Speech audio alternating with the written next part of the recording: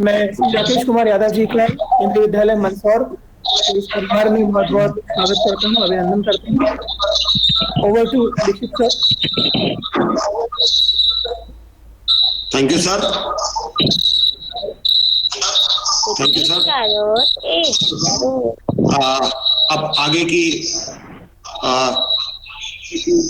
Process के लिए हम डॉक्टर राकेश यादव को इनवाइट करते हैं कि वो आए और अपना प्रेजेंटेशन दें यहाँ पर, जिससे बच्चे कल के सेशन में बच्चों को काफी मजा आया और उम्मीद है आज के सेशन में भी मजा आएगा। तो doctor Rakesh Yadav, over to you.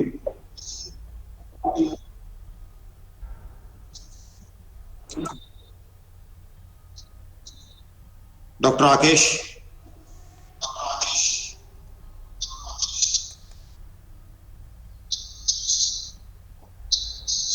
Hello.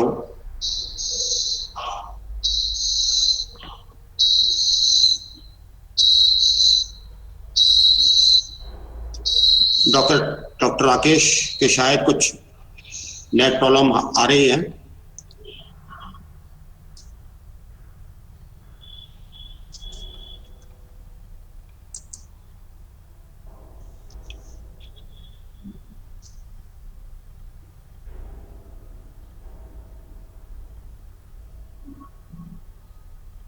Hello, सभी बच्चे अपना ऑडियो बंद कर लें। हेलो हेलो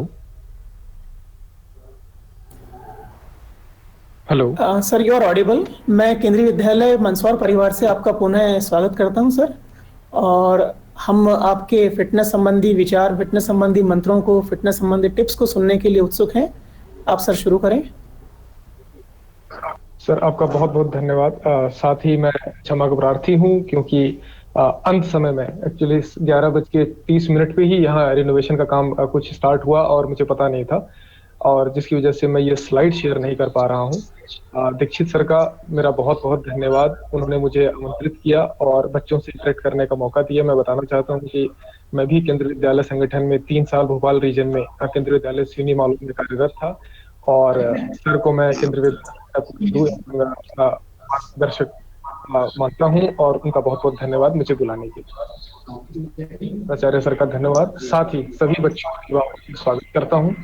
और आज का जो मेरा प्रेजेंटेशन का टॉपिक है, developing lifetime fitness by modifying daily life activity.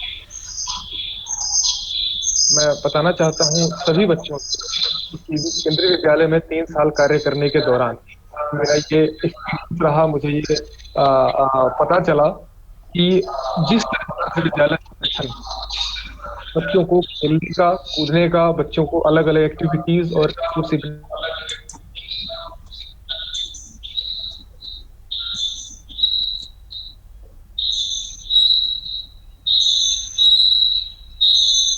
Participate करने का अवसर प्रदान करता है, शायद ही भारत में कोई और ऐसी संस्था होगी जो इस तरह से रहना चाहिए। मैं ये बताना चाहता हूँ कि आजकल के इस नए युग में, जिसमें कोरोना भी व्याप्त है और इसकी वजह से पढ़ाई लिखाई और स्कूल की सारी एक्टिविटीज बंद हो रखी है, इस समय के दौरान अपनी फिजिकल एक्टिविटी को जारी रखना, कंटिन्यू रख पाना बहुत ही ज्यादा मुश्किल है। मैं सभी बच्चों से रिक्वेस्ट करना चाहता हूँ कि अपना ऑडियो बंद कर लें, और ऑडियो बंद करने का परिणाम यह होगा कि कल सुबह सुबह आपको मेरी तरफ से आपके मेल पे एक गिफ्ट आएगा, जो कि संजय सर के द्वारा और आपकी स्कूल अथॉरिटीज के द्वारा आपको दिया जाएगा। लेकिन इसके लिए सबसे पहली शर्त है कि आप अपने ऑडियो को बंद करें। चलिए, बहुत अच्छे बच्चे। तो बच्चों, आज का सबसे जरूरी जो आज की टाइम तो सबसे जरूरी समस्या ईयरफोन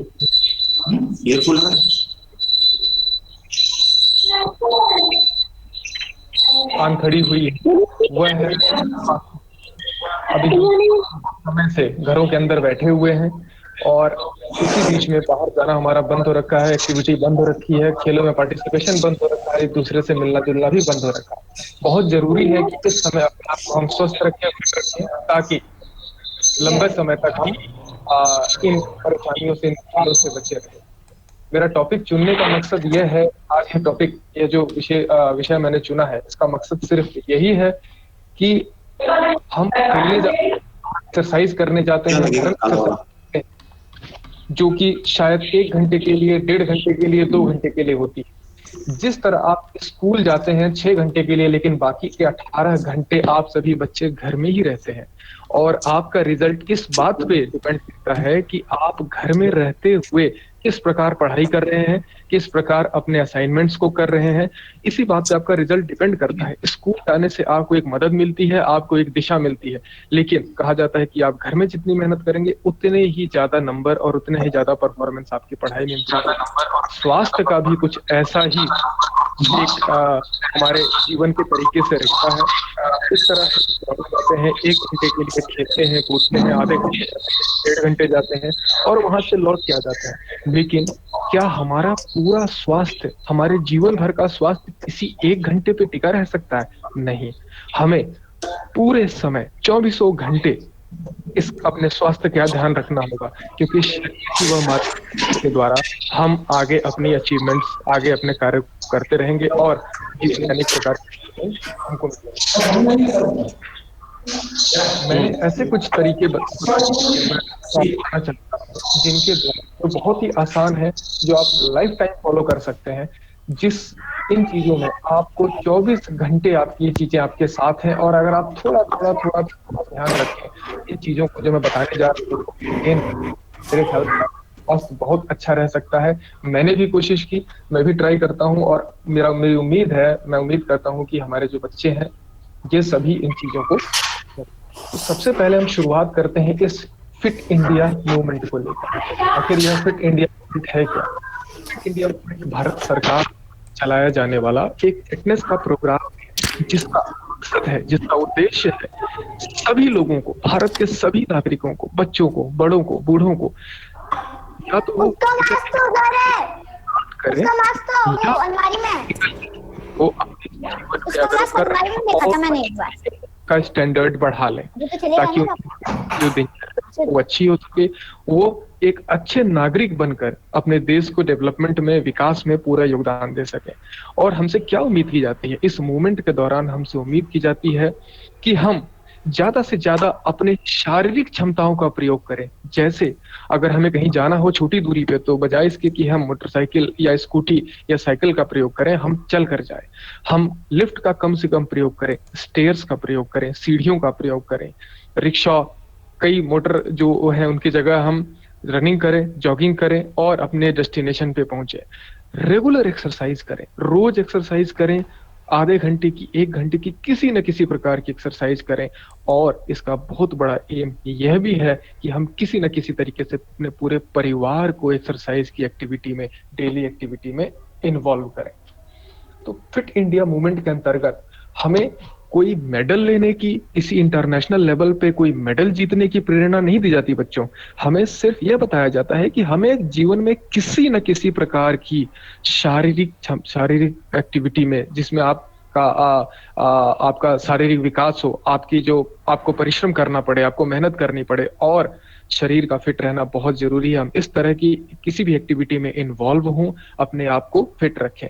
इसका तात्पर्य सिर्फ इतना है कि हर उम्र का आदमी किसी न किसी प्रकार की एक्टिविटी करे, जिससे हमारे देश के ऊपर बीमारियों के खर्च में, बीमारियों के जो रख रखाव में, बीमारियों के जो ट्रीटमेंट में जो खर्च होता है वो कम हो सके और हमारे देश के सभी लोग स्वस्थ हो सके। तो यह फिट इंडिया का जो है प्राइमरी एक पर्पज है, प्राइमरी एम है, जो आप सभी बच्चों के द्वारा ही पूरा किया जा सकता है। अगले विषय पर आते हैं, जो कि फिटनेस है। फिटनेस अपने आप में है क्या? देखिए, एक बड़ी ही इंटरेस्टिंग, एक बड़ी ही रोचक बात आपको बताना चाहता हूं। अगर एक खिलाड़ी है, एक बहुत ही अच्छा किसी गेम का खिलाड़ी है, बहुत ही हेल्दी है, और एक बच्चा वहीं जो कि काफी जो है कम उम्र का है, और ये कहा जा सकता है कि उतना डेवलप्ड नहीं है, उतना विकसित नहीं है, फिर भी अचानक समझ लीजिए कि वहां एक कुत्ता आ जाए और वह भगाने लगे।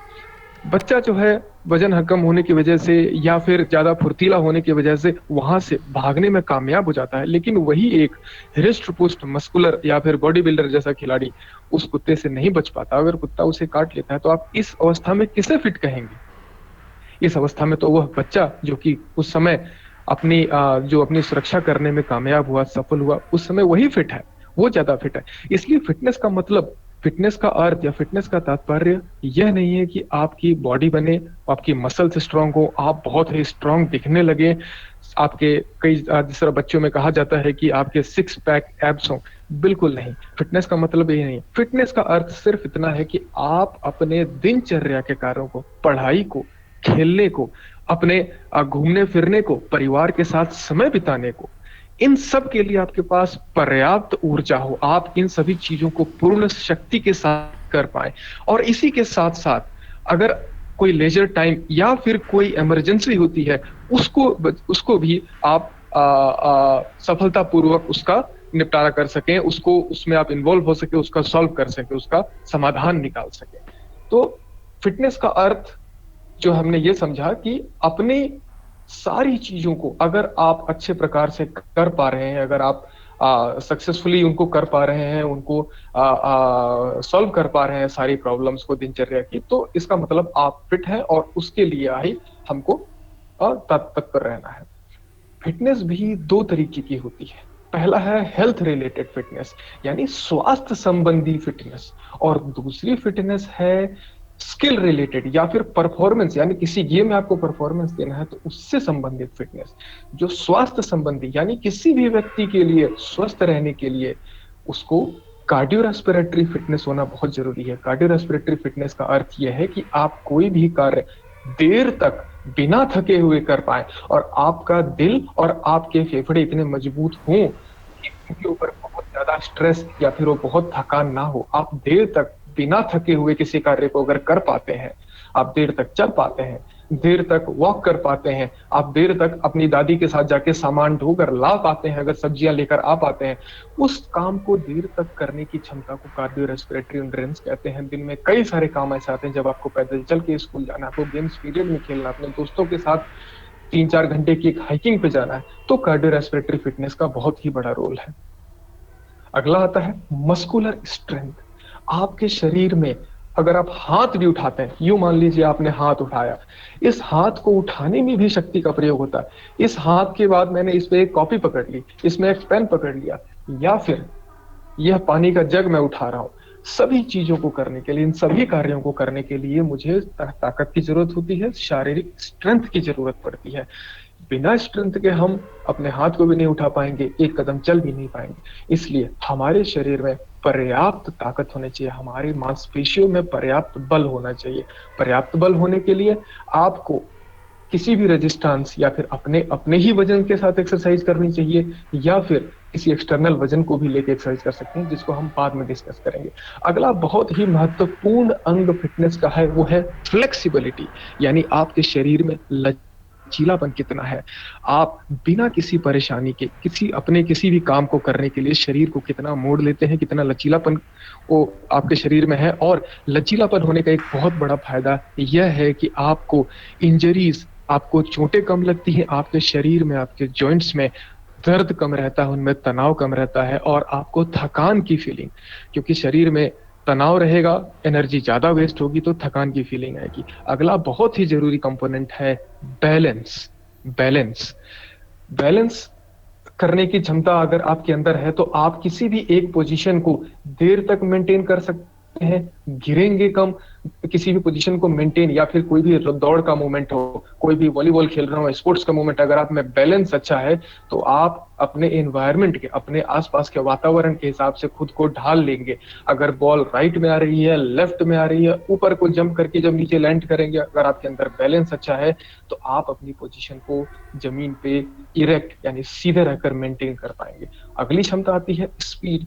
किसी भी काम को करने में आप जितना कम से कम समय लें, दौड़ने में 100 मीटर में वो आदमी अच्छा माना जाता है जो कम समय में 100 मीटर की दूरी वो कर लेता है, कवर कर लेता है। इसी तरह अलग अलग कामों में जो स्पीड का पैरामीटर है, जो एक शरीर के अंदर जो गति का वो एक पैरामीटर है, वो भी बहुत इंपॉर्टेंट है, गति का होना। इसके लिए स्प्रिंट की ट्रेनिंग की जाती है और ये मैं अभी आगे डिस्कस करूंगा। अगला है बॉडी कंपोजिशन, यानी शरीर की रचना।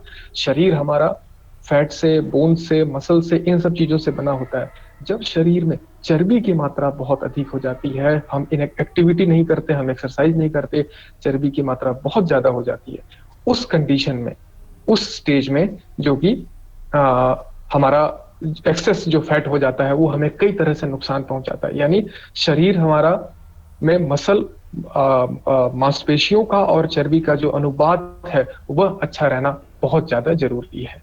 तो ये बेसिक कंपोनेंट्स हुए हमारे फिटनेस के। अब साथियों, मैं आपसे कुछ चीजों के बारे में डिस्कस करना चाहता हूँ, बातें करना चाहता हूँ, जिनके लिए ग्राउंड जाना जरूरी नहीं है, मैदान में जाना जरूरी नहीं है, किसी भी तरीके से आपको किसी भी इक्विपमेंट की जरूरत नहीं है। वह चीजें आपके साथ हमेशा है। अभी भी आप बैठे हुए हैं, सभी बच्चे एक बार सीधा बैठिए, बिल्कुल सीधा, सामने सीधा बैठेंगे, झुकेंगे नहीं। हाँ, बहुत अच्छा। पूरे लेक्चर के दौरान, पूरे हम जब तक बात करेंगे तब तक आप,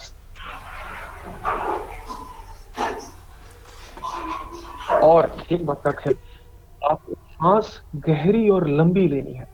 दो तरह की ब्रीदिंग होती है, दो तरह के सांस ली जाती है। एक तो छोटी सांस है और एक होता है लंबी गहरी सांस, जो कि थोड़ी धीरे होती है।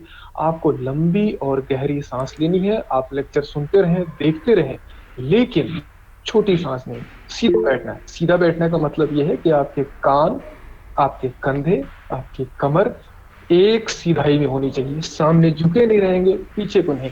एक बहुत ही रिलैक्स अवस्था, और आप 1 घंटे बाद इसका असर देखेंगे अपने ऊपर। सभी से रिक्वेस्ट करता हूं। तो जो चीज आपके पास सबसे पहले और सबसे इंपॉर्टेंट है वो है आपका पोस्चर। आपका पोस्चर यानी आपके शरीर की स्थिति, आपका शरीर हर समय कैसा रहता है। अब आप पूछेंगे कि पोस्चर का एक्सरसाइज से या स्वास्थ्य से क्या लेना है, तो मैं आपको बता दूं कि पोस्चर का आपके स्वास्थ्य से बहुत लंबे टाइम तक और हमेशा ये पोस्चर आपका आपके साथ रहने वाला है। और पोस्चर का मतलब ये है कि आपका शरीर आपके एनवायरमेंट के, आपके शरीर का जो किस तरह कर रहे हैं अपने शरीर को आप, यानी आप किस तरह खड़े हो रहे हैं। जब खड़े हो रहे हैं तो आपके कंधे कैसे झुके हुए हैं, सर कितना झुका हुआ है, कमर कैसी है, आपके पैर कैसे रखे हुए हैं, यानी आपके शरीर का अलाइनमेंट, आपके शरीर का एक एक अंग के अनुपात में दूसरा अंग किस तरह है। अच्छा पोस्चर अब किसे माने, अब पोस्चर कैसा होना चाहिए। पोस्चर, अच्छे पोस्चर की विषय क्या है। अच्छे पोस्चर का जो विशेषता है, अच्छे पोस्चर की विशेषता यह है कि अगर आप एक इमेजिनरी लाइन, मतलब एक कल्पना करें कि एक लाइन आपकी कानों से होती हुई, आपके कंधों से होती हुई, आपके कमर से होती हुई, घुटनों से होती हुई और आपके एड़ियों के बीच से होती हुई जमीन पर सीधी चली जाए, इसका मतलब आपका पोस्चर बहुत अच्छा है, सीधा पोस्चर है। कई लोगों को आपने देखा होगा, आपके घर में भी आपके पेरेंट्स आपको बार बार टोकते होंगे, सीधा चलो, टेढ़ा होके नहीं, सामने मत झुको। कई बार बैग लेके भी आप लोग बहुत ज्यादा झुक जाते हैं, बच्चे बहुत झुक जाते हैं। इसका मतलब यह है कि आप अपने शरीर में, अपने जॉइंट्स के ऊपर ज्यादा जोर डाल रहे हैं, ज्यादा प्रेशर डाल रहे हैं। आपके शरीर को ज्यादा मेहनत करनी पड़ रही है, ज्यादा एनर्जी वेस्ट करनी पड़ रही है। आपकी मसल्स ज्यादा देर तक टेंशन में रहेंगी, थकान में रहेंगी, और धीरे धीरे धीरे धीरे धीरे यह दर्द बढ़ने लगेगा और यह लाइफ टाइम, जीवन भर की समस्या हो जाएगी। इसलिए अगर आप जीवन भर फिट रहना चाहते हैं, जीवन भर स्वस्थ रहना चाहते हैं, तो सबसे पहली चीज आप अपना पोस्चर सही करें, अपना पोस्चर सीधा करें। कई तरह की समस्याएं हो सकती हैं। कुछ लोगों को आपने देखा होगा कि उनके कंधे सामने झुके हुए हैं, कुछ लोग पीछे को ज्यादा झुके रहते हैं, कुछ लोग साइड में थोड़े टेढ़े रहते हैं, कुछ लोग का शरीर तो सीधा होता है लेकिन गर्दन इस प्रकार यूं आगे होती है। अगर आप फोन देख रहे हैं, देखिए मैंने अभी फोन पकड़ रखा है और मैं सामने देख रहा हूँ, मेरे कान मेरे कंधे के सीध में, मैं यूं सामने झुककर फोन नहीं देख रहा हूँ, मैं सिर्फ सामने गर्दन को टिल्ट कर रहा हूँ, थोड़ा सा मोड़ रहा हूँ और फोन को अपने गर्दन के सीध में रखकर देख रहा हूँ। आप भी जब ऑनलाइन क्लासेस के दौरान स्क्रीन देखें, जब भी आप पढ़ाई करने बैठे, टेबल पर कंप्यूटर के सामने बैठे, सीधा बैठे, सामने बैठे, स्क्रीन की ऊंचाई को अपने सामने तक कर लें और उसे सामने से देखें। जैसे जैसे आप अपनी गर्दन को, अपने सर को सामने झुकाते रहते हैं, आपके पीछे के हिस्सों में जोर बढ़ता जाता है, टेंशन, तनाव बढ़ता जाता है। सीधे रहें। अगर आप सीधे रहेंगे इसके बहुत फायदे भी हैं, जैसे आप ज्यादा कॉन्फिडेंट दिखेंगे। अगर आप पोस्चर आपका सीधा है, आप सीधे दिखते हैं, आप पूरे जीवन में आप ज्यादा कॉन्फिडेंट दिखेंगे, ज्यादा आकर्षक लगेंगे और आप ज्यादा हेल्दी लगेंगे, आपकी हाइट भी ज्यादा लगेगी। अगला फायदा यह है कि आप सांस बहुत अच्छे से ले पाएंगे। सांस बहुत अच्छे से इसलिए ले पाएंगे क्योंकि आपके लंग्स पूरे खुले हुए होंगे। आपका जो लंग है, आपके जो चेस्ट है, उसमें जो अंदर जो लंग्स जहां हवा जाती है वो पूरा खुला हुआ है। अगर वो खुला हुआ है, सांस आराम से आ सकती है, जा सकती है। इमेजिन करें कि आप दौड़ रहे हो, खेल रहे हो और आपकी सांस रोक दी जाए, तो आप क्या दौड़ पाएंगे, खेल पाएंगे? नहीं। इसी तरह जब हम रेस्ट कर रहे हैं तब भी हमें ऑक्सीजन की जरूरत है, तब भी हमें एनर्जी की जरूरत है। उस समय में उस ऑक्सीजन को पूरा करने के लिए, उस ऑक्सीजन की रिक्वायरमेंट को पूरा करने के लिए, जरूरत को पूरा करने के लिए आपका सही अवस्था में सांस लेना बहुत जरूरी है। अच्छे पोस्चर की वजह से हम ज्यादा गहरी सांस ले पाएंगे, डीप सांस ले पाएंगे, और हमारे लंग्स पे प्रेशर, हमारे फेफड़ों पे प्रेशर कम पड़ेगा, जो कि हमारे दिमाग के लिए भी अच्छा है। क्योंकि अगर ऑक्सीजन की सप्लाई बहुत अच्छी होगी दिमाग में, आप अच्छा सोच पाएंगे, अच्छा पढ़ पाएंगे, आपके नंबर ज्यादा आ पाएंगे। अगला फायदा सीधे या स्ट्रेट रहने का है कि आपका खाना बहुत अच्छे से डाइजेस्ट होगा। फूड का डाइजेशन बहुत अच्छा होगा। और आप सामने को झुके हुए हैं, बैठते समय पेट पे बहुत ज्यादा प्रेशर दे रहे हैं, तो इसका मतलब यह है कि आप अपने पेट के अंदर, पेट पे, अंतड़ियों पे ज्यादा जोर डाल रहे हैं, उनको दबा रहे हैं, कॉन्स्ट्रिक्ट कर रहे हैं। ऐसा करने से खाना पचने में, खाना को ज्यादा अच्छे से बॉडी के अंदर यूटिलाइज होने में, इस्तेमाल होने में मुश्किल होती है। इसलिए सीधे रहेंगे, पाचन अवस्था में पाचन भी आपका इंप्रूव होगा। एक और कमाल का फायदा है सीधे रहने का या फिर अच्छा पोस्चर मेंटेन करने का, वो है आप ज्यादा फैट बर्न करते हैं, और आपकी कोर मसल्स, नेक से लेके कमर तक जो मसल्स होती हैं उनको कोर मसल्स कहते हैं। वो कोर ट्रंक की मसल्स को कोर मसल्स कहते हैं, जिनका मजबूत होना बहुत ही ज्यादा आवश्यक है। आप कहीं घूमते हैं, टर्न करते हैं, ट्विस्ट करते हैं, तो ये मसल्स इस्तेमाल में आती हैं। अगर आप सीधे रहेंगे, स्ट्रेट रहेंगे, अच्छा पोस्चर मेंटेन करेंगे, तो आपकी कोर मसल्स जो है वो स्ट्रांग रहेंगी। आपके शरीर में जो वसा की मात्रा है, चर्बी है, वो भी ज्यादा यूटिलाइज होगी कांस्टेंट स्लो पेस से, और आप मोटे होने से भी बचेंगे। अगला फायदा ये होता है कि आप जब सीधे रहेंगे, स्ट्रेट रहेंगे, पोस्चर मेंटेन करेंगे, एंजाइटी, घबराहट भी कम होगी। आपके मन में जो घबराहट होती है वो घबराहट कम होगी, क्योंकि ब्लड का सप्लाई जो है शरीर में नॉर्मल बना हुआ है। आपका मूड अच्छा रहेगा, आपके सर में दर्द कम हो। अगर आप सामने को झुके रहते हैं तो लगातार अपने कंधों पे, अपनी गर्दन पे जोर डालते हैं, इसकी वजह से ब्लड की सप्लाई, जो खून की सप्लाई है, ऑक्सीजन की सप्लाई है, वो सर तक, वहां तक जाने में समस्या होती है, दिक्कत होती है। इसलिए सर दर्द बना रहता है। सीधे रहेंगे, सीधे रहेंगे तो आपको अचानक एक ही दिन में फायदा नहीं होगा, लेकिन धीरे धीरे 1 महीने, 2 महीने, 3 महीने में आपको दिखने लगेगा, और यह हमारे हफ्ते तक हमारे साथ रहने वाला है, और हमारे पास एनर्जी का लेवल भी ज्यादा रहेगा अगर हमारा अच्छा पोस्चर हम मेंटेन करेंगे। तो अगली बात आती है कि हम बैठते समय कैसा पोस्चर मेंटेन करें। सबसे पहले याद रखें कि अगर आप बैठे हैं तो बैठते समय तो दोनों पैर के तलवे जमीन पर फ्लैट पड़े होने चाहिए, ना कि आपने सिर्फ पंजे वहां रखे होने चाहिए, ना कि हील रखी होनी चाहिए, दोनों पैर फ्लैट। आपका जो थाइज है, आपकी जो जांग है, वो जमीन, वो कुर्सी पर फ्लैट, पूरा कुर्सी पर आपको पूरा होके बैठना है, ताकि आपकी पूरी थाइज, पूरी जांग कुर्सी पर आए, आपके पैर फ्लैट हों, और नीचे रहे या फिर उसके बराबर रहे। आप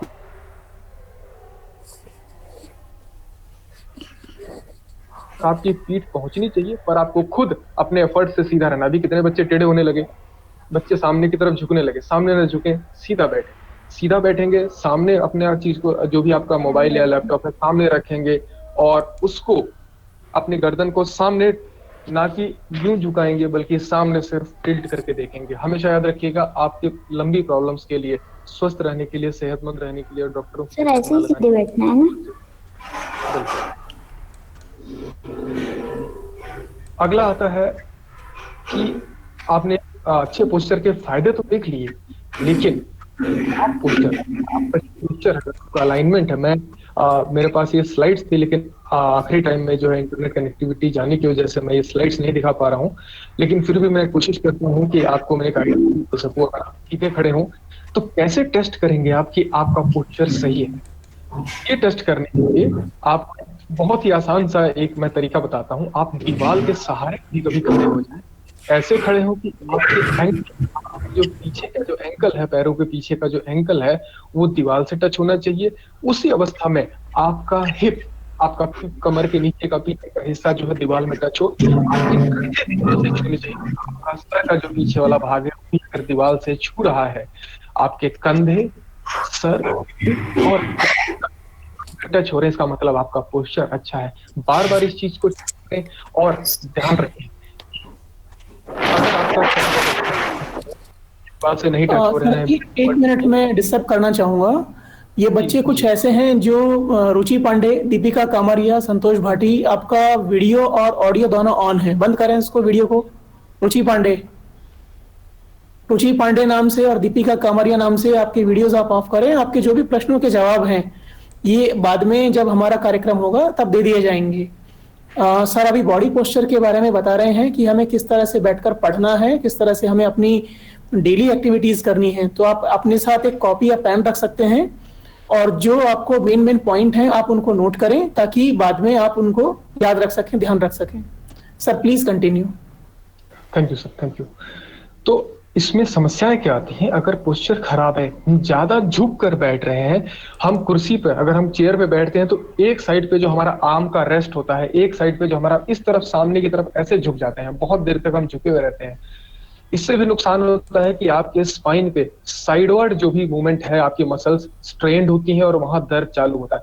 अगर हम गर्दन को बहुत ज्यादा झुका देते हैं तो कई किलो का प्रेशर हमारे गले के पीछे पड़ जाता है, जो कि सर्वाइकल और स्पॉन्डिलाइटिस जैसी बीमारियों को जन्म देता है। लंबी अगर हम बड़े उसमें अवधि में देखें, लंबे अंतराल में देखें, तो यह हमें समस्याएं झेलनी पड़ सकती हैं। इसी तरह हमारा फ्लेक्सिबिलिटी कम हो जाता है, हमारे शरीर में लचीलापन कम हो जाता है, सांस लेने की समस्याएं उत्पन्न हो जाती है। और अगर इसको पोस्चर को, अगर मान लीजिए कि हमारा पोस्चर ठीक नहीं लग रहा है, हमें कि इसको इम्प्रूव करना है या बहुत स्टिफनेस है, तो मैं इसके कुछ तरीके भी बताना चाहता हूँ। रेगुलर योगा करना, योगा के अंदर ताड़ासन, पश्चिमोत्तासन, चक्रासन, ये जो एक्सरसाइजेज हैं, ये जो योगासन है, बहुत ही आसानी से होते हैं, बहुत ही धीरे धीरे, जितना आप कर सकते हैं उतने से धीरे धीरे धीरे शुरू करें।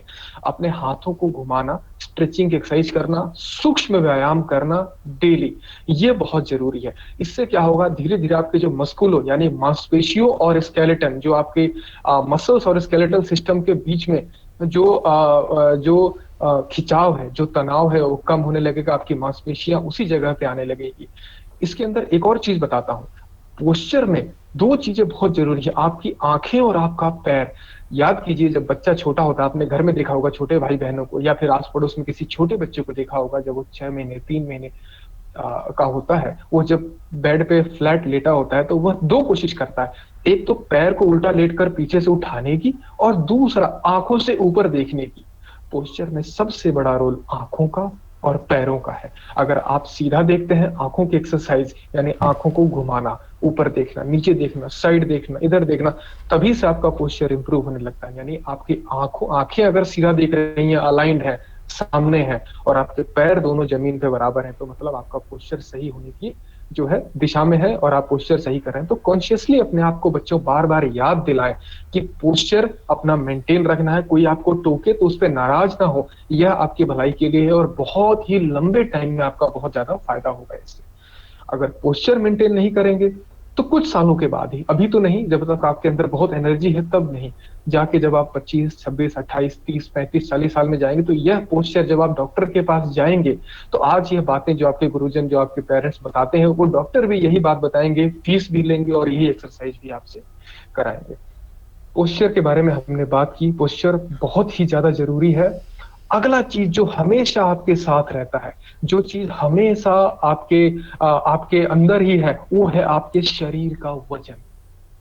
शरीर का वजन भी आपकी फिटनेस में बहुत जरूरी रोल प्ले करता है, बहुत ही जरूरी अहम बात, अहम उसका अंदर जो है आपके शरीर का वो है रोल प्ले करना है इसको, आपके वजन को।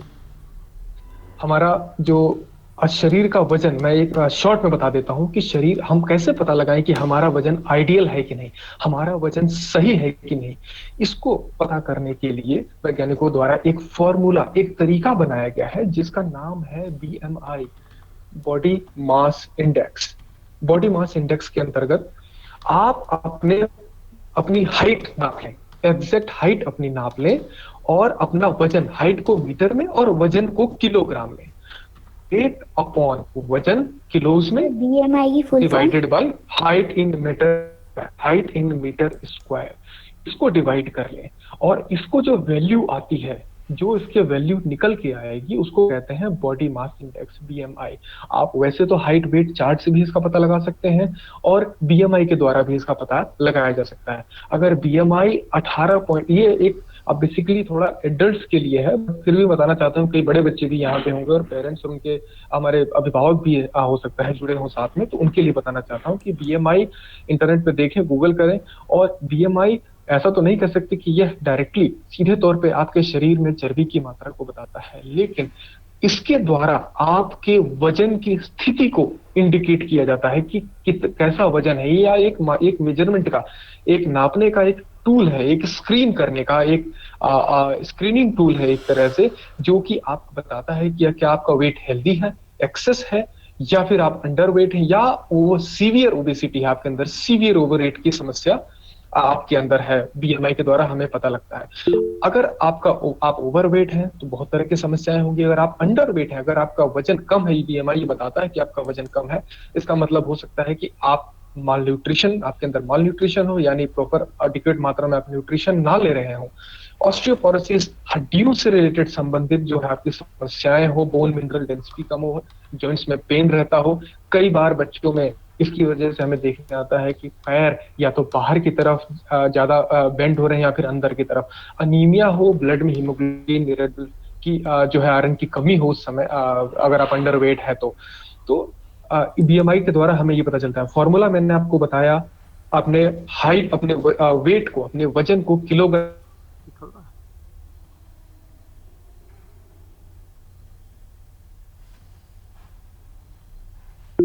में तोल ले, अपने हाइट को मीटर में देख ले, और metre weight upon height metre square, readymade calculators भी आते हैं, उनके द्वारा भी पता। अगर आपका वजन ज्यादा है, अगर आप ओवरवेट है, कोई भी बच्चा या फिर इसमें कोई भी हो, अगर वजन ज्यादा है तो सबसे पहली समस्या आती है, कहाँ समस्या है? समस्या है आपके फूड चॉइस में, यानी आप कौन सा खाना चुन रहे हैं।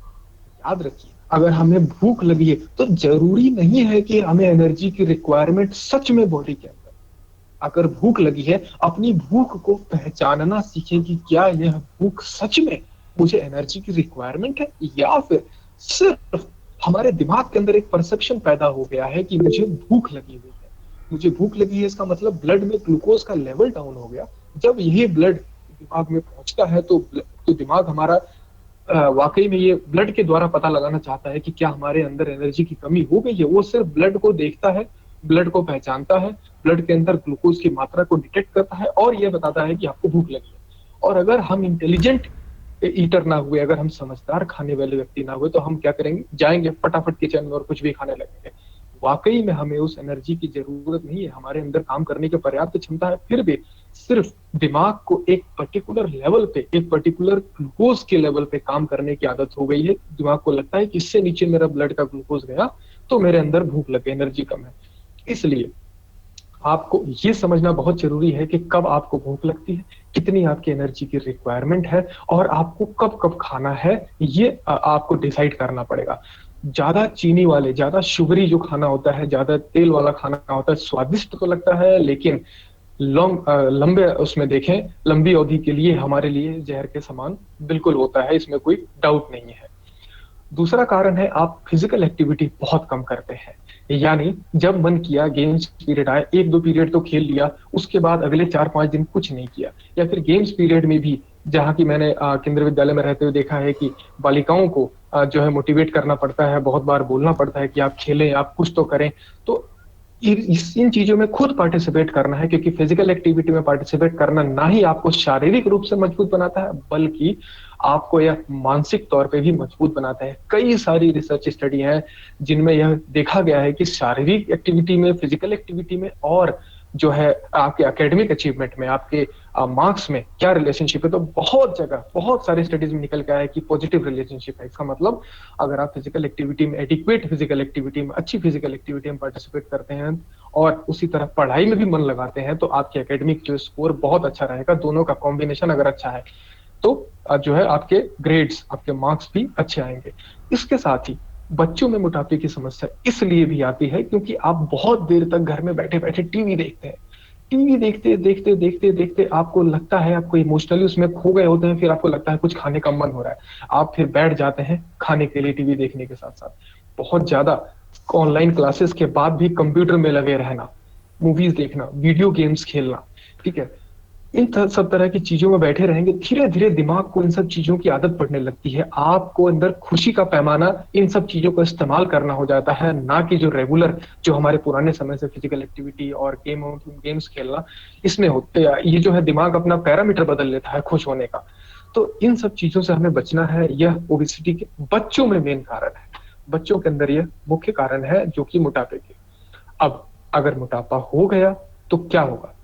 सबसे पहले हम पुराने टाइम में नहीं सुना करते थे कि बच्चों में डायबिटीज हो रहा है, हार्ट प्रॉब्लम, लेकिन आज के समय में भारत में लगभग 18 या 19% बच्चे, मैं शायद 2014 का एक सर्वे बता रहा हूं आपको, 18-19% बच्चे हार्ट प्रॉब्लम्स के ससेप्टिव थे, मतलब उनको हो सकता था कि इन बच्चों को हार्ट प्रॉब्लम हो जाए।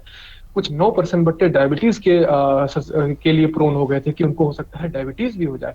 बच्चों में अस्थमा भी, ज्यादा वेट बढ़ने की वजह से अस्थमा भी है। स्लीप डिसऑर्डर यानी सोने में भी समस्या, कई बार जो है उनको नींद नहीं आती या फिर सोते समय ज्यादा ही स्नोरिंग करते हैं, ज्यादा ही जो है आवाज करते हैं सोने के टाइम, क्योंकि उनका जो एयर पैसेज है वो ब्लॉक हो जाता है। अगली समस्या है कि आपके पैर नीचे से जो आपके तलवे हैं वो भी फ्लैट होने लगते हैं। आपने देखा होगा कि पैरों में एक नेचुरल आर्च होता है, एक कर्व होता है, वो कर्व भी धीरे धीरे जाने लगता है। तो ये समस्याएं हैं जो आपका वजन बढ़ने से आपको फेस करनी पड़ेंगी। तो इन सब से बचने के लिए किया क्या जाए? इसके लिए बहुत जरूरी है आज के समय में फिजिकल एक्टिविटी में पार्टिसिपेट करना तो बहुत इंपॉर्टेंट है, लेकिन उससे भी ज्यादा जरूरी है आप अपने स्क्रीन टाइम को मॉनिटर करें। स्क्रीन टाइम का मतलब कंप्यूटर देखते हैं, टीवी देखते हैं, मोबाइल देखते हैं, इन एक्टिविटीज को लिमिटेड रखें। याद रखिए, हमारा जीवन इस स्क्रीन से ही नहीं बना है, हमारा जीवन इसके अराउंड घूमने के लिए नहीं है। दुनिया में बहुत सारी चीजें हैं जो हमको करनी है। इस स्क्रीन से अलग हटके भी हमें खेलना है, हमें अलग अलग कल्चरल एक्टिविटीज में पार्टिसिपेट करना है। म्यूजिक, डांस, ट्रैकिंग, एडवेंचर, बहुत सारी चीजें ऐसी हैं जो पढ़ाई जो आप स्क्रीन से कर रहे हैं उसके अलावा दुनिया में ऑफर की जाती है, उनका भी फायदा उठाना है। तो स्क्रीन टाइम को उतना ही रखें जितना आपके लिए जरूरी है। ये हमारे पेरेंट्स भी मॉनिटर करते हैं, पर कई बार हम बच्चे जो है, छोटे छोटे बच्चे जिद कर लेते हैं और उसकी वजह से समस्याएं होती हैं। अगली चीज है हेल्दी फूड ऑप्शंस रखें। हेल्दी फूड ऑप्शंस का मतलब ये है कि आप सबसे पहले घर में बने हुए खाने पर जोर दें, बाहर के खाने पर नहीं। अगर आपके घर में रेगुलर खाना अगर आप खा रहे हैं, चूज कर रहे हैं, यह आपके लिए बेस्ट है, क्योंकि एक टाइम के बाद, एक समय के बाद यह बाहर का खाना, कभी कभार तो ठीक है, लेकिन यह बाहर का खाना अगर आप आदत पड़ जाती है तो इसके आप हैबिचुअल हो जाते हैं और ओबेसिटी के शिकार होंगे, क्योंकि इन खानों में तेल की मात्रा, शुगर की मात्रा बहुत ज्यादा होती है। यह आपके स्वास्थ्य को ध्यान में रख के नहीं बनाया जाता, सिर्फ आपकी जीभ को ध्यान में रख के बनाया जाता है। इससे आपकी जीभ तो खुश होती है, लेकिन पेट के सारे ऑर्गन्स नाराज हो जाते हैं। तो इसका भी हमें ध्यान रखना है। पूरे दिन में फिजिकल एक्टिविटी यानी एक्सरसाइज का मतलब सिर्फ जिम या फिर जाके ग्राउंड पे दौड़ लगाना नहीं है। आप घर में भी एक्सरसाइज कर सकते हैं। पेंडेमिक के दौरान बहुत सारी ऐसे एक्सरसाइज के तरीके, एक्सरसाइज फॉर्म्स, जैसे सीढ़ियां चढ़ना उतरना, योगा करना, कई सारे इंटरनेट पे भी कई सारे वीडियोस अवेलेबल हैं जो आपको वर्कआउट कराते हैं, उनके साथ वर्कआउट करना, फैमिली को इन्वॉल्व करना वर्कआउट में। इन सब ओबेसिटी को धीरे धीरे, याद रखिए, आपको पेशेंस सब रखना पड़ेगा और धीरे धीरे ये चीजें आपके इंप्रूवमेंट होती जाएंगी। हमने अभी दो चीजों पर बात की, पोस्चर और ओबेसिटी यानी ओवरवेट अगर आप हो जाए तो उसको कैसे, बॉडी वेट, सॉरी, पोस्चर और बॉडी वेट पर बात की। तीसरी जो बहुत जरूरी चीज है वह है सांस लेना। फिटनेस और शरीर को फिट रखने के लिए सांस लेना और सांस लेने के तरीके पे ध्यान देना बहुत ज्यादा जरूरी है। यह एक इतनी छोटी बात है जिसको योगा हमारे आज के युग में जिसको हम योगा कहकर प्रमोट कर रहे हैं, जो कई तरह की ब्रीदिंग एक्सरसाइजेज है, यह सिर्फ ब्रीदिंग पे ध्यान देना सिर्फ उसी 1 घंटे आधे घंटे के लिए जब आप योगा करते हैं तभी के लिए जरूरी नहीं है। ब्रीदिंग हमारी यानी सही तरीके से सांस लेना हमारे स्वास्थ्य के लिए 24 घंटे मायने रखता है। सही, अगर आप, मैंने जैसा आपको बताया कि लंबी गहरी सांस लें, आप सिर्फ 1 घंटा इस चीज को फॉलो करें कि कांस्टेंट ब्रीदिंग लें, गहरी सांस लें, लंबी सांस लें, चेस्ट ब्रीदिंग ना करें, तो आपका बहुत आपका मूड, आपका जो है शरीर में घबराहट का जो लेवल है, एनर्जी की जो लेवल है, आपका डिसीजन मेकिंग, कोऑर्डिनेशन बहुत ज्यादा इंप्रूव होने लगेगा।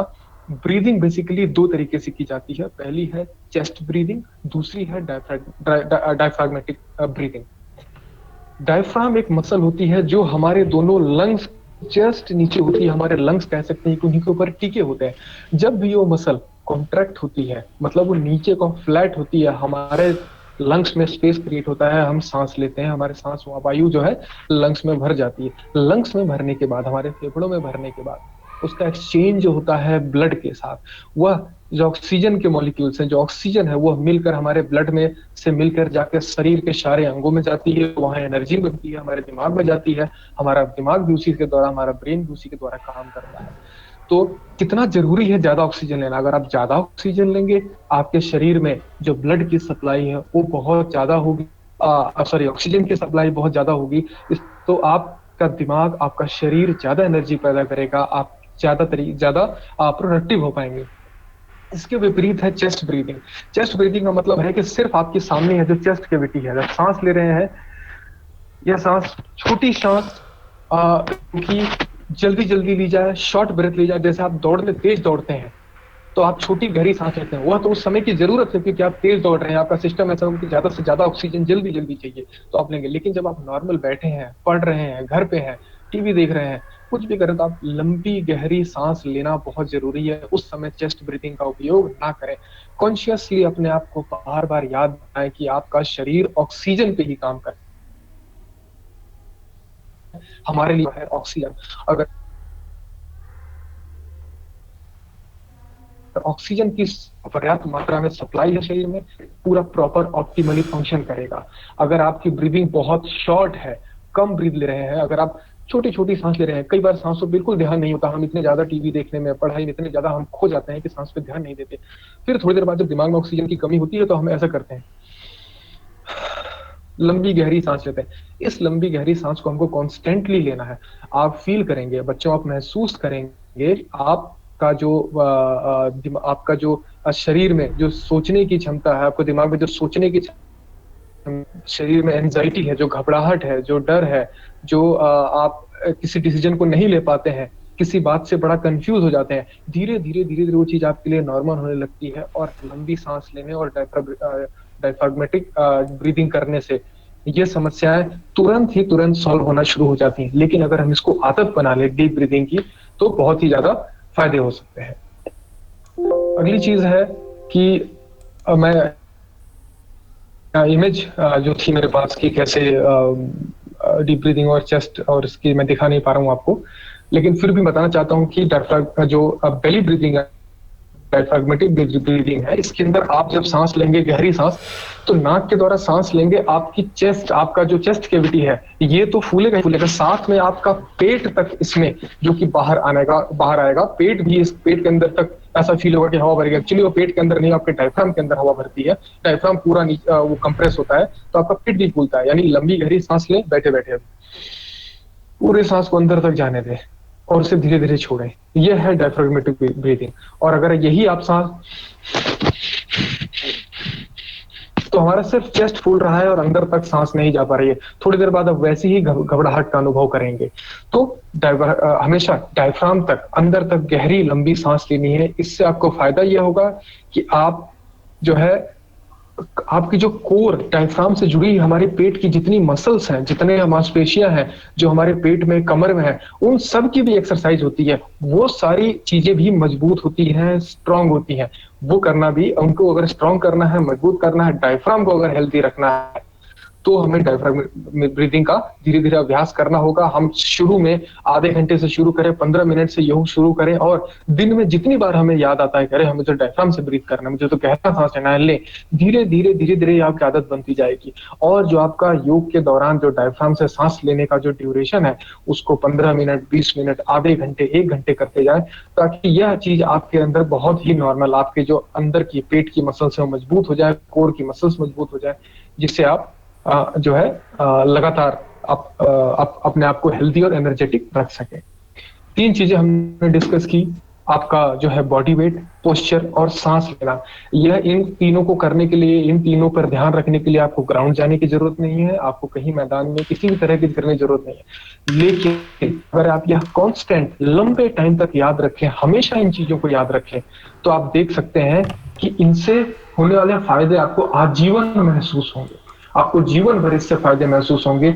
आप कोई भी घर में आप पूछिएगा पेरेंट्स से, टीचर से कि आप हेल्दी रहने के लिए जो है क्या क्या चीजें करती हैं, बहुत सारे लोग जवाब देंगे कि उनको कमर में दर्द है, उनको सर्वाइकली मतलब गले गर्दन के पीछे दर्द रहता है, जॉइंट्स में पेन रहता है ना, पेट की समस्याएं रहती है। ये समस्याएं आज की उत्पन्न नहीं है, ये समस्याएं धीरे धीरे धीरे धीरे हमारे अंदर घर बनाती है। क्यों बनाती है?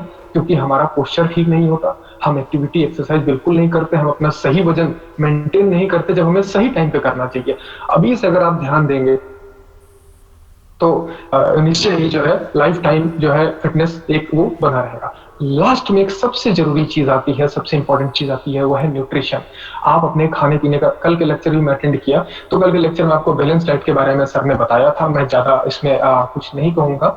हालांकि बैलेंस डाइट में मैं आपको इतना ही कहना चाहूंगा, सबसे पहले अपने घर का बना खाना प्रेफर कीजिए, अपने खाने में सब्जियों का उपयोग करें बच्चों, सब्जियों का और फलों का कम से कम 3 से 4 बार या 2 से 3 बार कम से कम फलों का उपयोग करें। सबसे पहले ध्यान दें कि खाने का कंपोजिशन जो होता है, हमारे जो हमारा भोजन बना होता है, वो मेजर जो भी भोजन है, जो भी एनर्जी हम लेते हैं, वो प्रोटीन के रूप में होती है, फैट के रूप में होती है, कार्बोहाइड्रेट के रूप में होती है। यह 3 एनर्जी के सोर्स है।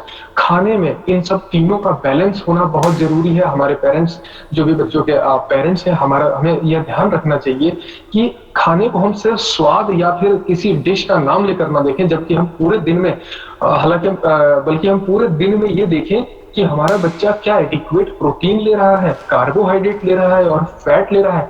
ग्रोइंग एज में प्रोटीन की बहुत ज्यादा जरूरत होती है। प्रोटीन बेसिकली दालों में, अंडे, दूध और इन सब चीजों में प्रोटीन ज्यादा पाया जाता है। इसी के बाद कार्बोहाइड्रेट सीरियल्स में, उसमें आलू में, अपने चावल, गेहूं, इन सब चीजों में।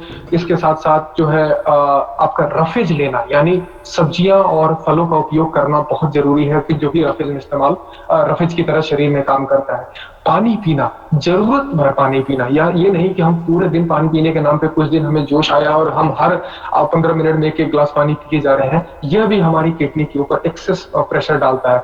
हमें पानी सिप करके पीना है, हर 15 मिनट 20 मिनट में 2 घुट पानी, 3 घुट पानी पीते पीते अगर हम बोतल पास रखते हैं, या फिर अगर हम ग्लास से पीने के आती हैं, तो हर 2 घंटे 1.5 घंटे में 1 गिलास पानी पी लें। ज्यादा लोड भी ना रखें और पानी उतना ही पिए जितना हमें जरूरत हो। कॉमन गाइडलाइंस की अगर हम बात करें तो प्रोटीन, कार्बोहाइड्रेट और फैट के अलावा विटामिन्स और मिनरल्स का भी ध्यान रखना है। पीले फल जो कि बहुत ज्यादा इंपॉर्टेंट है, हरी सब्जियां बहुत ज्यादा जरूरी है, जिनसे हमें एडिक्वेट न्यूट्रिशन मिलता है हमारे शरीर को। साथ ही साथ न्यूट्रिशन के साथ हमें डाइजेशन का भी बहुत ज्यादा ध्यान रखना है। अगर हमारा डाइजेशन ठीक नहीं है, इसका मतलब अगर हम कुछ ऐसा खा रहे हैं जो या तो पच नहीं रहा, या फिर हमारा जो खाया हुआ खाना है उसमें एडिक्वेट रफेज नहीं है, यानी उसमें पूर्ण रूप से सब्जियां, फल इंक्लूड नहीं है, तो भी हमारा डाइजेशन ठीक नहीं रहेगा। और जैसे ही आपका बच्चों का डाइजेशन खराब होता है, अपने पेरेंट्स को बताएं, उसके ऊपर भी काम करना बहुत जरूरी है। अगली बात आती है कि अगर हम बहुत न्यूट्रिशियस खाएंगे तो हमारा बजट खराब हो सकता है। तो मैं कहना चाहता हूं कि न्यूट्रिशन जो है, अच्छा खाना या न्यूट्रिशियस खाना खाने के लिए हमें बजट के ऊपर बिल्कुल ज्यादा प्रेशर डालने की जरूरत नहीं है।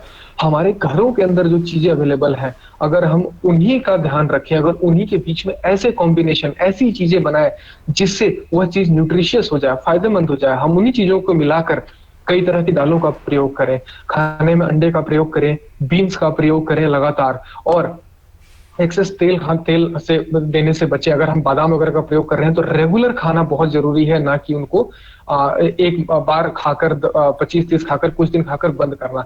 यानी बजट में न्यूट्रिशन देने के लिए आपको इंटेलिजेंट भी होना पड़ेगा और उसके अंदर कुछ दिन आदतें भी बनानी पड़ेगी। मैं ज्यादा समय नहीं लूंगा।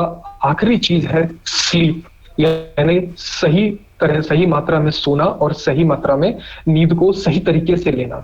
स्लीप में मैं ये कहना चाहता हूं कि नींद जरूरी इसलिए है ताकि आप रिलैक्स हो सकें, आपके अंदर एनर्जी का लेवल बना रहे, आपके अंदर जो है चुस्ती फुर्ती बनी रहे।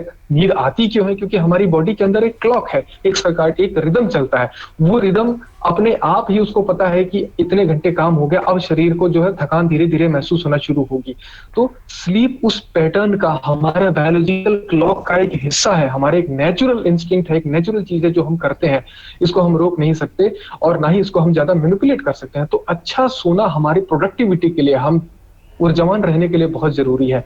तो मैं इसमें कुछ मोटी मोटी बातें बताना चाहता हूं कि अगर जिससे आपकी स्लीप इंप्रूव हो सकती है। बच्चों के लिए बहुत जरूरी है कि आजकल पेरेंट्स भी फोन यूज करने के लिए, कंप्यूटर यूज करने के लिए मना नहीं कर पा रहे हैं, क्योंकि हमारा एजुकेशन जो है इसी के थ्रू चल रहा है। लेकिन बच्चों को खुद ध्यान देना है कि अगर आप खाना खाने के बाद सोने जा रहे हो तो उससे कम से कम 2 घंटे पहले से स्क्रीन को देखना बंद कर दें।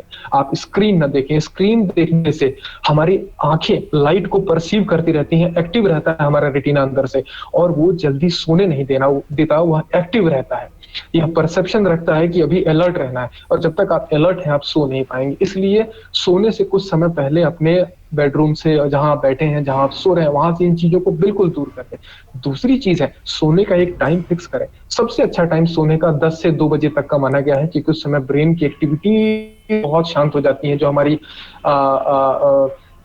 2 के बाद फेज का ट्रांजिशन होता है, 2 से 6 बजे या 3 से 6 बजे कह लें, कि एक हमारे ब्रेन में एक फेज का, हमारे क्लॉक का ट्रांजिशन होता है। वो ट्रांजिशन का फेज ऐसा होता है जिसमें हमारा बॉडी ऑप्टिमली स्लीप को यूटिलाइज नहीं कर पाती, हमारी बॉडी उसको अच्छे तरीके से यूटिलाइज नहीं कर पाएगी।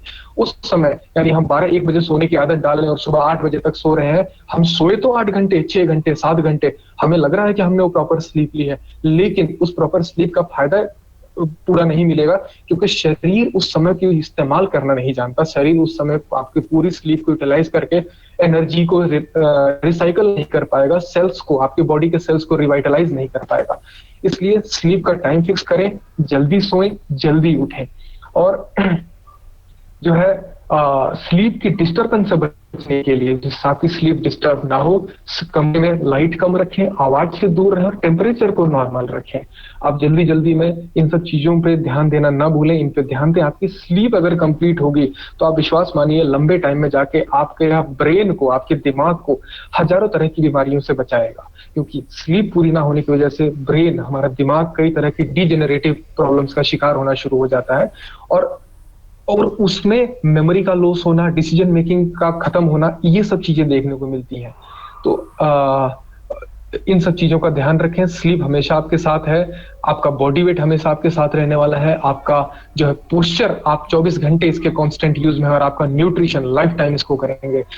इन 4 चीजों को ही मेंटेन करके अपनी फिटनेस में बहुत ज्यादा कंट्रीब्यूशन दे सकते हैं। तो मुझे बच्चों से उम्मीद है, और मैं कल मैं आपके लिए कुछ गेम्स जो है घर में रह के करने वाली एक्टिविटीज की पूरी एक लिस्ट, जो कि आपको पहले भी मिली होगी, पर मेरी तरफ से ये रहेगा कि मैं सर को जरूर दूंगा जो आप लोगों को दें। और थैंक यू मेरी तरफ से ये जो है, धन्यवाद। Thank you Rakesh sir. Hello, हाँ सर, जी sir. Thank you doctor Rakesh, आपने समय निकाला। आज के इस लेक्चर में आपने 3 चीजों को देखा, एक हमारा पोस्चर, दूसरा ओबेसिटी, और तीसरा हमारी स्लीप। इन चीजों को देखने के लिए, सुनने के लिए हमको सबसे जरूरी है प्रैक्टिकल चीजें करना आना चाहिए जी। हम यदि पोस्चर ठीक करना है तो हमारी वॉक कैसी होना चाहिए, ये एक वॉक का एक पूरा प्रोसीजर है। सबसे पहले हमारी बॉडी स्ट्रेट हो, हम पहले हील टच करें, फिर आउटर फीट, और उसके बाद टो। यदि इस रिदम में हम चलेंगे, हमारी वॉक अच्छी होगी और स्ट्रेट होगी। कोशिश करें कि हमारी कमर सीधी रहे, हम नजर सामने रख के चलें, कंधे स्ट्रेट रखें, कंधे सिकोड़े नहीं। उसी तरीके से डाइट है, हम जो मोटापा आता है वो हम उल्टा सीधा खाने के कारण डाइट की प्रॉब्लम्स आती है, मोटापा बढ़ता है। हम क्या डाइट लें, कैसे लें, इस डाइट को जानने के लिए हमारे को ये देखना चाहिए कि हम पर ग्राम, यदि हम 1 ग्राम प्रोटीन लेते हैं तो हमको कितनी कैलोरी मिल रही है, हम 1 ग्राम कार्बोहाइड्रेट ले रहे हैं तो कैलोरी कितनी मिल रही है। तो इसका एक फॉर्मूला है, पर ग्राम प्रोटीन में 4 कैलोरी होती है, उसी तरीके से पर ग्राम कार्बोहाइड्रेट्स में 4 कैलोरी होती हैं और सबसे ज्यादा फैट्स के अंदर पर ग्राम 9 कैलोरीज होती हैं। तो जो आप खा रहे हैं आप उनको मेजर करिए, उसका मेजर करके आप उसमें देखिए आपने कितनी कैलोरी ली है। इन जनरल अपन देखें तो हम इसको कैलोरी को बहुत इजीली कैलकुलेट कर सकते हैं और उसी तरीके से अपनी डाइट ले सकते हैं। आज डॉक्टर राकेश ने अपना समय निकाला, एक अच्छा लेक्चर पोस्चर के बारे में बताया और किसी को कोई भी डाउट है या कोई प्रैक्टिकल चाहता है कैसे वॉक करना है, कैसे पोस्चर, क्या कौन कौन से पोस्चर्स होते हैं, हमारे बॉडी में क्या डिफॉर्मिटीज हैं, ये पोस्चरल डिफॉर्मिटीज होती हैं, किसी को काइफोसिस होती है, किसी को स्कोलियोसिस होता है, नॉकनीज होती है, बोलेक्स होते हैं। आप इसका ट्रीटमेंट किसी भी डॉक्टर के पास नहीं होता है। लोअर बैक पेन का ट्रीटमेंट किसी डॉक्टर के पास नहीं होता है, वो फिजियोथेरेपी में ही मिलता है। और फिजिकल एजुकेशन में ये एक सब्जेक्ट है, जिसको भी इस तरीके से जानकारी लेना है वो विद्यालय में आके अपने डाउट क्लियर कर सकता है और कॉल भी कर सकते हैं। डॉक्टर राकेश का बहुत बहुत शुक्रिया कि उन्होंने अपना कीमती समय निकाला। मैं अपनी ओर से, विद्यालय परिवार की ओर से डॉक्टर राकेश का शुक्रिया अदा करता हूं और सभी बच्चे और पेरेंट्स और टीचर्स जो इसमें शामिल हुए सभी का बहुत बहुत धन्यवाद। मैं भी आपका बहुत बहुत आभार व्यक्त करता हूं, आदरणीय प्रिंसिपल सर का, स्कूल स्टाफ का, और बहुत बहुत धन्यवाद आपका मुझे यहाँ बुलाने के लिए और यह अवसर देने के लिए। धन्यवाद sir. Thank you Rakesh sir, welcome. कभी भी आप समय निकालें और इस तरीके से मार्गदर्शन छात्रों को देते रहें, उससे विद्यार्थी लाभान्वित होंगे। आगे कार्रवाई के लिए मैं प्राचार्य महोदय से निवेदन करता हूँ कि वो विद्यालय परिवार की ओर से 2 शब्द कहें। आदरणीय राकेश यादव जी, सहायक निदेशक जवाहरलाल नेहरू विश्वविद्यालय नई दिल्ली, आपने फिटनेस के बारे में और उसमें विशेष रूप से जो BMI है और स्क्रीन टाइम लिमिट है, नींद के बारे में जो छोटी छोटी जानकारियां दी हैं, लेकिन वो बहुत कीमती हैं, बहुत ही उपयोगी हैं। और विशेष रूप से आपने इस बात पर जोर दिया कि बच्चे अभी इस समय स्कूल नहीं आ पा रहे हैं, ग्राउंड अवेलेबल नहीं है, लेकिन फिर भी अपने घर पर या अपने स्थानों पर रहकर वो किस तरह से अपने आप को फिट रख सकते हैं। ये बहुत इस समय आज के माहौल को देखते हुए, पेंडेमिक को देखते हुए काफी महत्वपूर्ण जानकारी है। और निश्चित रूप से बच्चों ने, मैं देख रहा था कुछ बच्चे इसमें एक्टिवली पार्टिसिपेट भी कर रहे हैं, तो बच्चों ने इन सारी चीज़ों को नोट किया है। आपको मैं विद्यालय की तरफ से, पूरे विद्यालय परिवार, बच्चों और शिक्षकों की तरफ से बहुत बहुत धन्यवाद देना चाहूँगा। और सर से रिक्वेस्ट भी है, राकेश जी से रिक्वेस्ट भी है कि इस तरह के यूजफुल सेशंस आप लेकर हम सभी का मार्गदर्शन प्रदान करें, ताकि फिटनेस जो है, फिटनेस फॉर ऑल कहा जाता है, फिटनेस का डोज आधा घंटा रोज ये कहा जा रहा है इन दिनों, तो हम सभी जो है आपके फिटनेस के फील्ड में आपकी जो एक्सपर्टीज है, आपकी जो विशेषज्ञता है, उससे हम सभी लाभान्वित हो सकें। सर आपको बहुत बहुत धन्यवाद। दीक्षित सर। डॉक्टर राकेश, अपना जो भी मैटर है आप इसको मेल कर देंगे तो हमारी जो मैगजीन पब्लिश हो रही है उसमें भी इस मैटर को हम ऐड कर देंगे, जिससे बच्चों को एक मैटर मिल जाएगा, उसको पढ़ के, देख के और आगे अपना फायदा उठा सकते हैं। अवश्य सर, है ना? तो आप इसको मेल कर देंगे तो ज्यादा अच्छा रहेगा। धन्यवाद एक बार पुनः, सभी का धन्यवाद। सभी बच्चे अब लीव कर दें मीटिंग को, मीटिंग खत्म हो चुकी है। इसके बाद हमारे शायद स्टाफ की कुछ मीटिंग है डिप्टी कमिश्नर के साथ में, तो टीचर्स उसके साथ में जुड़ेंगे। थैंक यू सभी का।